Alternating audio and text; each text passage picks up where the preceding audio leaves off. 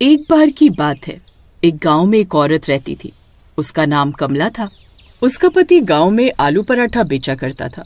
फिर एक दिन उसकी किसी कारण मौत हो जाती है और कमला अकेली पड़ जाती है। उसके पति ने जितने भी पैसे जोड़े थे वो सब अब खत्म हो जाते हैं। हे भगवान, अब तो सारे जोड़े हुए पैसे भी खर्च हो गए। अब मैं घर खर्च कैसे चलाऊंगी? लगता है अब मुझे ये आलू पराठे की रेहड़ी लगानी होगी, लेकिन मेरे पास सामान खरीदने के तो पैसे ही नहीं है। फिर वो उधार में आलू खरीदने के लिए सब्जी मंडी जाती है। अरे भाई साहब, क्या आप मुझे 10 किलो आलू उधार दे सकते हो? मैं जल्दी आपका पैसा चुका दूंगी। अरे नहीं, उधार नहीं दे सकता। हर जगह बाढ़ आने की वजह से मंडी में आलू वैसे भी बहुत महंगा हो गया है। कमला बहुत सारे व्यापारियों के पास जाती है, लेकिन उसे कोई भी उधार में आलू नहीं देता। फिर वो परेशान होकर गांव वापस लौट रही होती है। कितना अच्छा होता अगर हमारा खुद का एक खेत होता। मैं खुद के आलू उगा लेती, बाहर से खरीदने भी नहीं पड़ते और मुनाफा भी ज्यादा होता। तभी कमला की नजर एक खंडहर के आगे खाली पड़ी जगह पर पड़ती है। वो जगह बहुत उपजाऊ दिख रही होती है, खेती के लिए एकदम सही। अरे एक काम करती हूँ, इस खाली जगह पर ही आलू उगा देती हूँ। वैसे भी यहाँ कोई आता जाता तो है नहीं। कुछ ही दिनों में मेरे पास बहुत सारे आलू हो जाएंगे। एक बार मेरा काम धंधा चल गया तो फिर मंडी से आलू खरीद लूंगी। फिर यही सोचकर कमला उस खाली जगह के लालच में आकर वही आलू की खेती करने लगती है। लेकिन उसे ये नहीं पता था कि जिस जमीन पर वो आलू उगा रही है वो जगह श्रापित है। फिर कुछ ही दिनों में बहुत सारे आलू उग जाते हैं, लेकिन कमला जब भी कोई आलू तोड़ती तो आलू की जड़ में खून लगा होता। अरे ये खून कैसा है? जब भी कमला कोई आलू तोड़ती तो उसकी जड़ से खून आने लगता। हे भगवान, ये क्या चक्कर है? हर आलू के साथ खून क्यों आ रहा है? अरे छोड़ो, कोई बात नहीं, इन्हें अच्छे से पानी से धो दूंगी, किसी को क्या ही पता चलने वाला है। फिर कमला खेत के सारे आलू तोड़कर अपने घर ले आती है और उन्हें पानी से धो लेती है। फिर अगले दिन से वो आलू पराठे की रेहड़ी लगाना शुरू कर देती है। आलू पराठा खा लो, 5 रुपए में 2 आलू पराठा, आओ आओ जल्दी आओ, सबसे सस्ता यही पाओ। इतना सस्ता आलू पराठा देखकर उसकी दुकान के आगे लाइन लग जाती है। अरे वाह वाह, आज तो मजा ही आ गया, इतने सारे लोग, वाह वाह वाह। फिर आसपास की रेहड़ी वाले सोच में पड़ जाते हैं कि ये इतना सस्ता आलू पराठा कैसे बेच रही है। पहले ही दिन कमला की बहुत अच्छी कमाई होती है, लेकिन उसे क्या पता था कि उसके आलू पराठे की वजह से पूरा गांव तबाह होने वाला था। फिर आधी रात होते ही अरे बहुत दर्द हो रहा है। अरे क्या हुआ जी? अरे यार, 5 रुपए के 2 आलू के पराठे खा लिए, तब से पेट में बहुत दर्द हो रहा है। तभी सुरेश के शरीर का तापमान बहुत बढ़ जाता है और उसका चेहरा लाल हो जाता है। तभी उसके दांत और नाखून लंबे होने लगते हैं। अरे नहीं, ये क्या हो रहा है? तभी सुरेश डरावनी डरावनी आवाजें निकालने लगता है।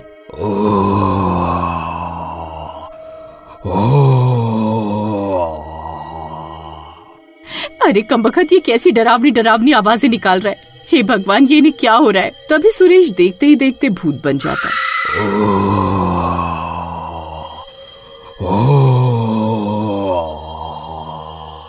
उसकी पत्नी की हालत खराब हो जाती है।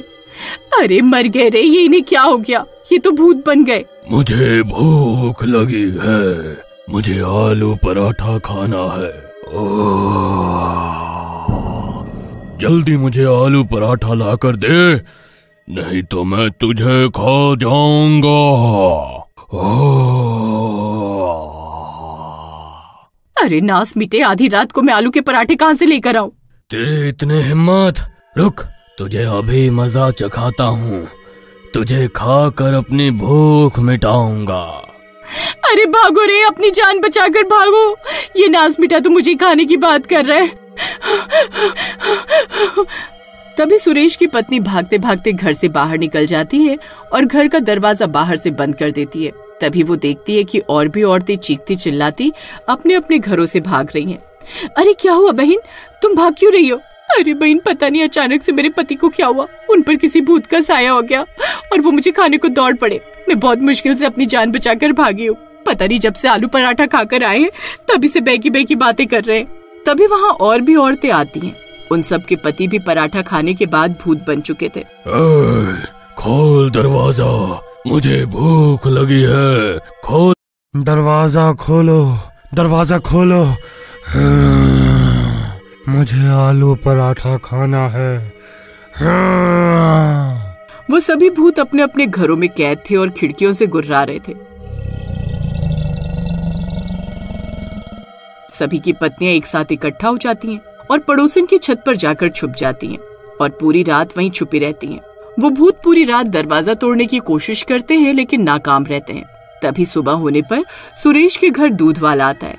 दूध ले लो, दूध वाला। अरे आज सुनीता भाभी दरवाजा क्यों नहीं खोल रही? सुनीता भाभी, अरे दूध ले लो। अरे ये दरवाजा तो बाहर से बंद है। एक काम करता हूँ, दरवाजा खोलकर दूध अंदर रख देता हूँ। अगर बाहर रख कर जाऊंगा तो गली के कुत्ते सारा दूध पी जाएंगे। फिर दूध वाला दरवाजा खोल देता है। तभी उसकी आंखें फटी की फटी रह जाती हैं। सामने भूत खड़ा होता है। अरे मर गए रे। अरे ये क्या चीज है भाई? अरे भूत जी, मैं तो दूध देने आया था। अरे मुझे माफ कर दो। फिर दूध वाला दूध के कनस्तर वहीं फेंककर वहां से उल्टे पैर भागने लगता है। अरे मर गए रे। अरे ये भूत कहाँ से आ गया?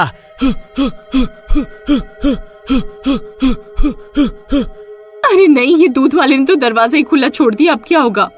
फिर भूत गुर्राता हुआ घर से बाहर निकल जाता है और अपने साथी भूतों को भी उनके घरों से आजाद कर देता है। अब वो सब भूत गांव की सड़कों पर घूम रहे होते हैं। अरे सुनीता बहन, अब क्या होगा? ये कमबख्त सारे भूत तो आजाद हो गए। तभी कमला भी अपनी रेहड़ी लेकर घर से निकल पड़ती है। कल तो मजा ही आ गया, बस आज भी कल जितनी कमाई हो जाए तो मजा आ जाएगा। फिर कुछ देर में कमला भी अपनी जगह पहुंच जाती है और रेहड़ी लगाकर ग्राहकों को आवाज देने लगती है। आओ आओ, आलू पराठा खाओ, 5 रुपए के दो, इतना सस्ता और कहीं नहीं मिलेगा। जल्दी आओ और जल्दी पाओ। तभी वो सारे भूत कमला की रेहड़ी के पास आ जाते हैं। उन्हें देखकर कमला के होश उड़ जाते हैं। अरे मर गई रे, ये इतने सारे भूत कहाँ से आ गए? हाय, अब मैं क्या करूं? ओ कमला, जल्दी से आलू पराठा खिला। मैं कल रात से इसे खाने के लिए तड़प रहा हूँ।